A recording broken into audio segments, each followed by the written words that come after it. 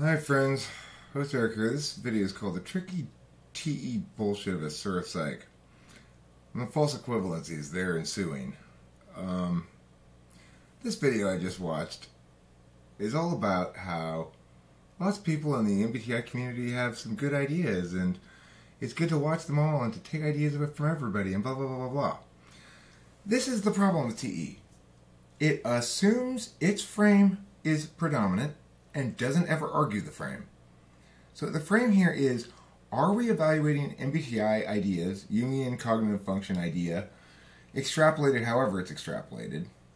Are we evaluating it as something about which one can be correct or not? According to AsuraPsych, the answer is no, you cannot be correct about it. That it's only for utility purposes. Nobody's disputing that it has utility. But in making the argument you're arguing, you're just saying, hey, I'm a TE user, and I'm once again not accounting for the fact that the TI understanding of things is legitimate as well. I'm delegitimizing it by making it a complete wash as to who's correct about anything. And the thing about this is, he puts me in there with Eric Thor and C.S. Joseph and somebody else and says, a lot of, like C.S. Joseph and Eric have basically the same, basically take from sociologics, same model, but fuck you. No, I don't basically take from sociologics or anything else. I do appreciate and understand the distinction he's making between Jung, MBTI and sociologics, which is understanding what the functions are. Except he's failed to account for the fact that, okay, if you understand a cognitive function as a channel of attention, then it implies certain things necessarily. If you don't understand it as a channel of attention, then you understand it as something else. And these words matter because if you want to actually model the thing in a way that's scientific at all, you need to be able to reduce it to specific vectors, objects, fields, shit like that. It's like you've got a bunch of people out there using tarot cards to predict earthquakes. And then you've got somebody with a bunch of seismic counters and stuff like that, right?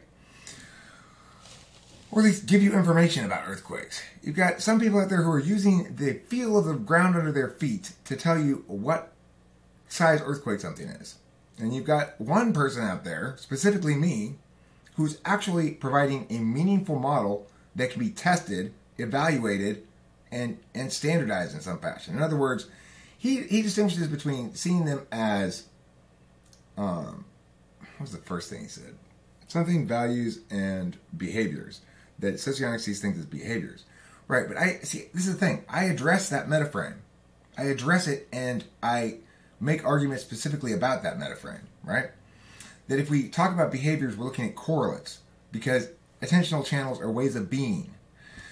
The thing is, if he's watched enough of me to understand the TI points I'm making, then he's willfully ignoring them. If he's not, then he's simply displaying the same TE bias that TE users always display, which is that everything reduces to utility and that nobody's really right or wrong about anything. Things are simply useful or not useful. That always, as I said in this fucking meta-analyst document, this is why I'm right, goddammit.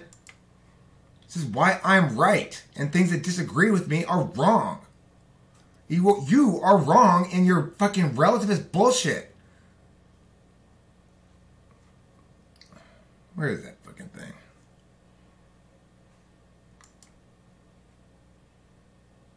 Which guy's INTJ? That's what Winston's mom says. Analyst. What does that mean? Universal frame, particular tool. He's like, I'm sharing information with my particular utility tool so that you can find things useful too. That you can find things in the particular useful. But the thing is, you neglect the frame that says things are communicatively useful because they are true or false, because they have a slope of truth and falsehood. You talk about the slope of complexity in your video. You try to make ideas simple and clear to people. Great. So you try to lower the complexity slope. You ignore the truth slope, though, don't you? Truth to you is legitimacy according to being as authentic as possible to Jung's ideas, as you said. In other words, you're just conveying information about something that's existent in the world. You are not testing that information for truth. That's your whole fucking position. And to then present that approach as the default good that one should take in dealing with ideas about socionics or MBTI or cognitive functions or whatever is to just assume the primacy of your own stupid frame. So, no. Pow!